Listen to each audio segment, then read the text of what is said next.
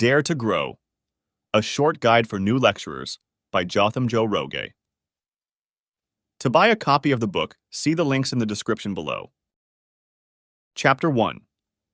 Where is your value? A typical story told by motivational speakers about where your value comes from goes something like this.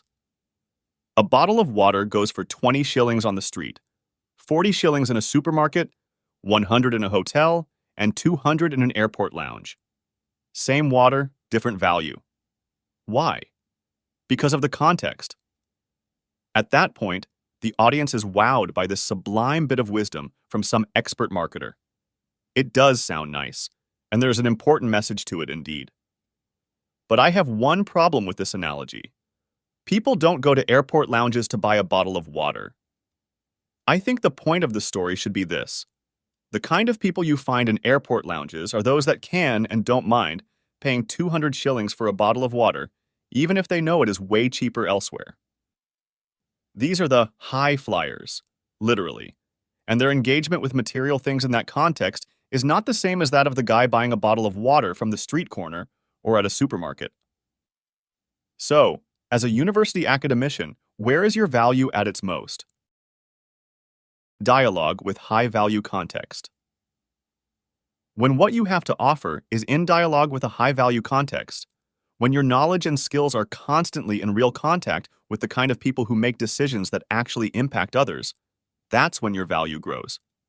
After all, who would you trust more when it comes to learning a particular topic, say cost accounting? A part-time lecturer who works or has worked for Ernst & Young, or an experienced lecturer who has never worked for any accounting firm in his life but nevertheless has a master's degree in the subject? Unfortunately, universities are full of soldiers who have never been to the battlefield and have only read about combat action in books. As George Bernard Shaw once said, "Those who can't do, teach, and those who can't teach, teach those who teach."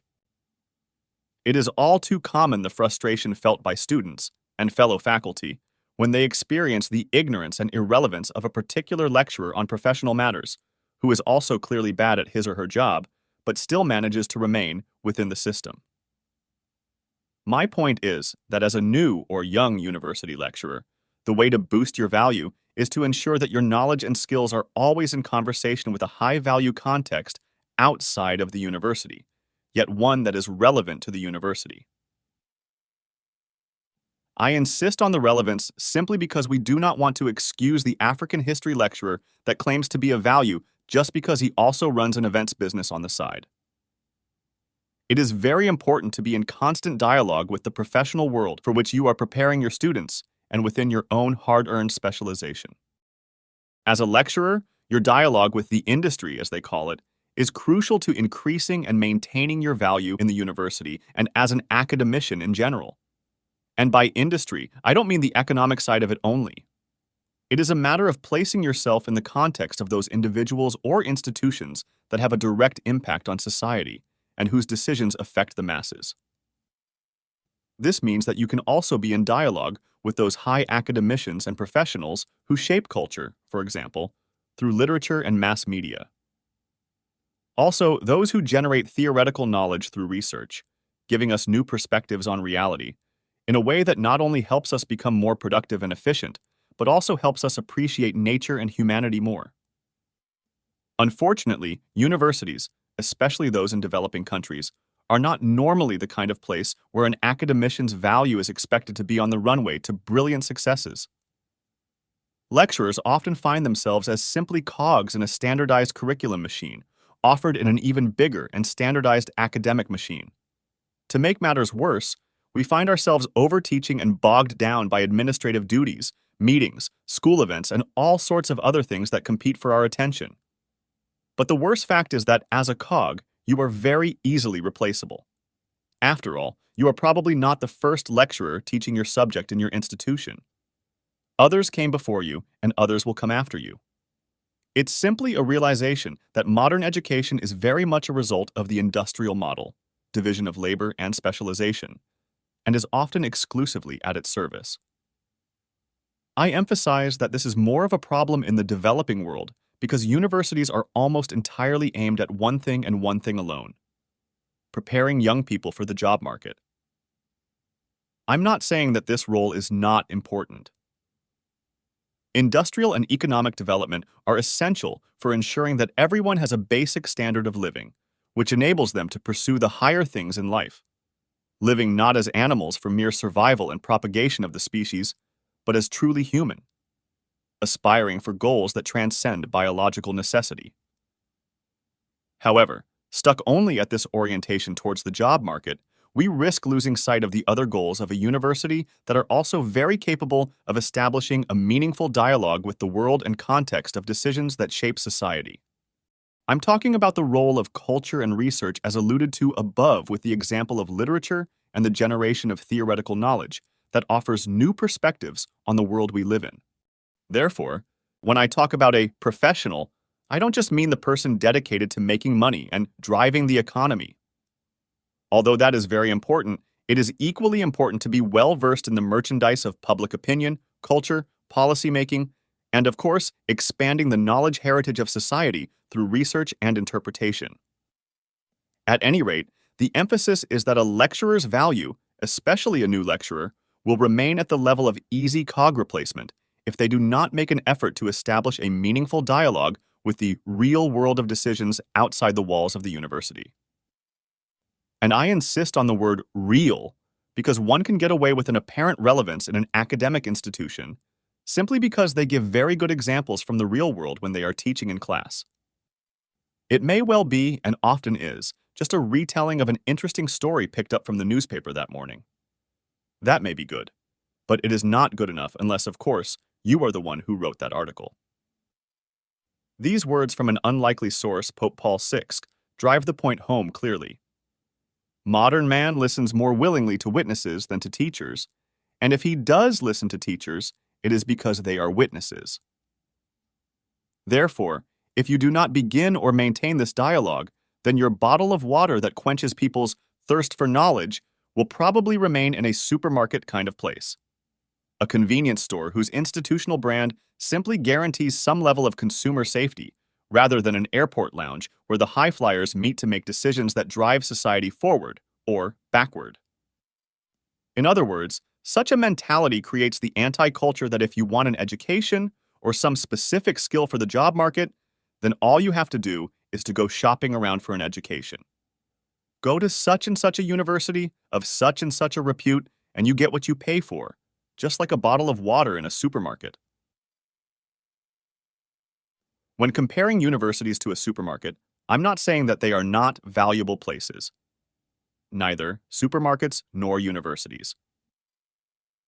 Rather, I think that their value in and of themselves is clear from the comments I've made above about maintaining culture and generating new knowledge. However, and precisely because of this, it is good to emphasize that industry should be equally keen on the university as a source of new labor, future cultural trends, and fresh minds discovering new knowledge and research. After all, the best dialogue happens between equals, and when both universities and industry, or the world of culture, are at their best, such dialogue ensues naturally. Therefore, as a lecturer, growing in expertise in your specific field along with its relevant diversification makes you someone that industry and the world of culture are willing to dialogue with. In other words, increase your value by having a high research or cultural output and visibility in the public space. Make your employer want to continually court you, knowing that with your skills, anyone from the industry or from another university would be eager to hire you.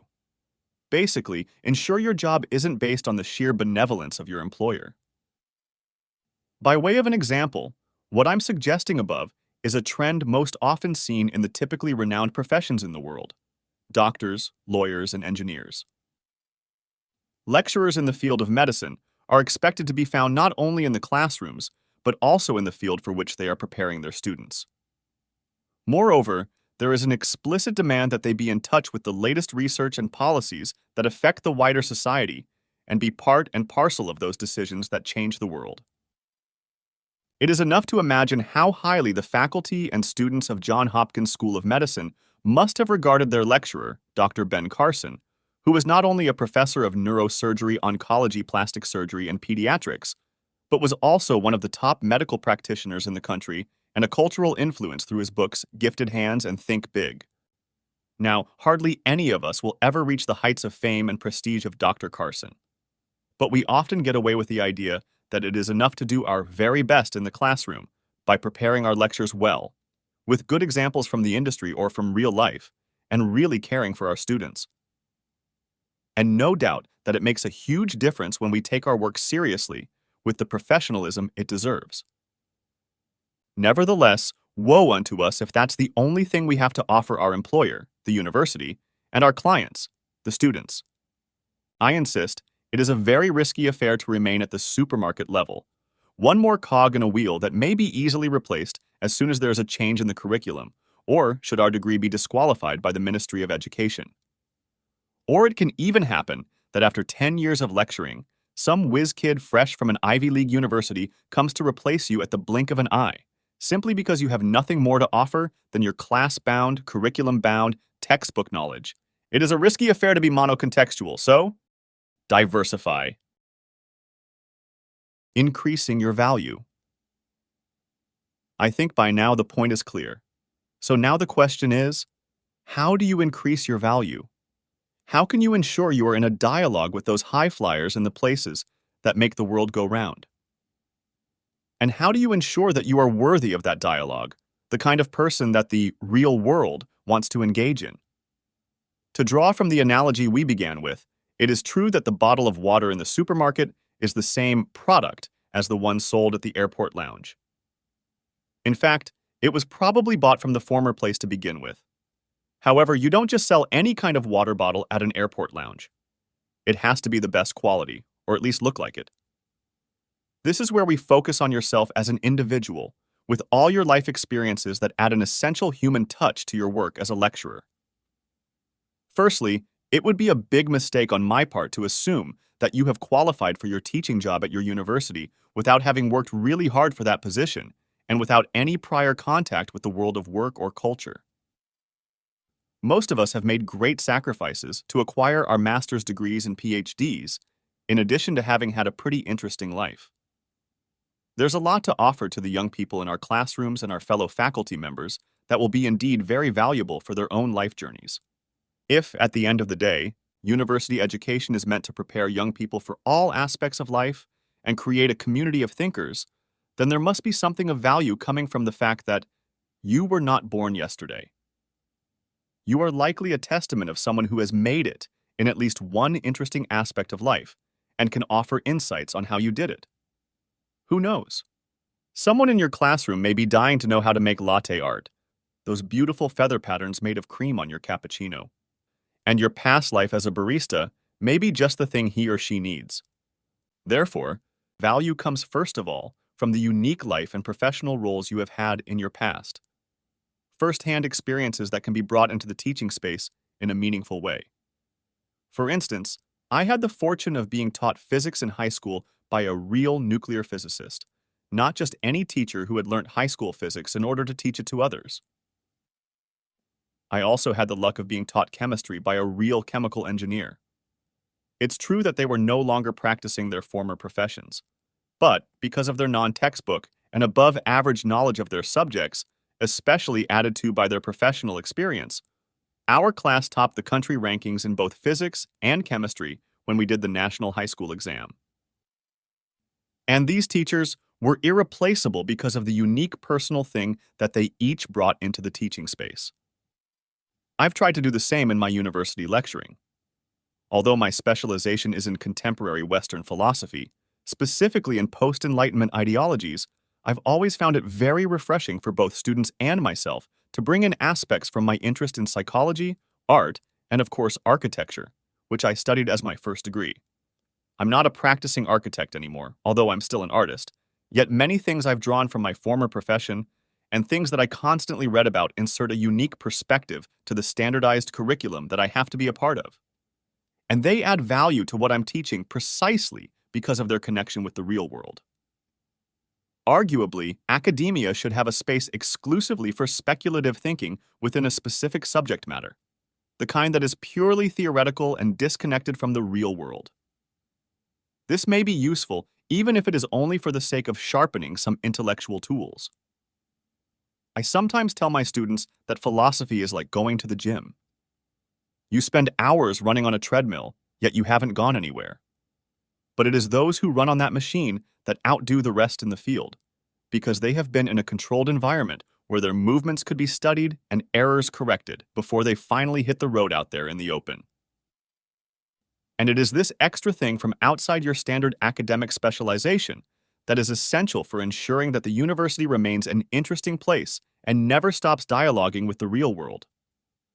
Moreover, you as the lecturer must never become the old dog that can neither learn nor teach new tricks.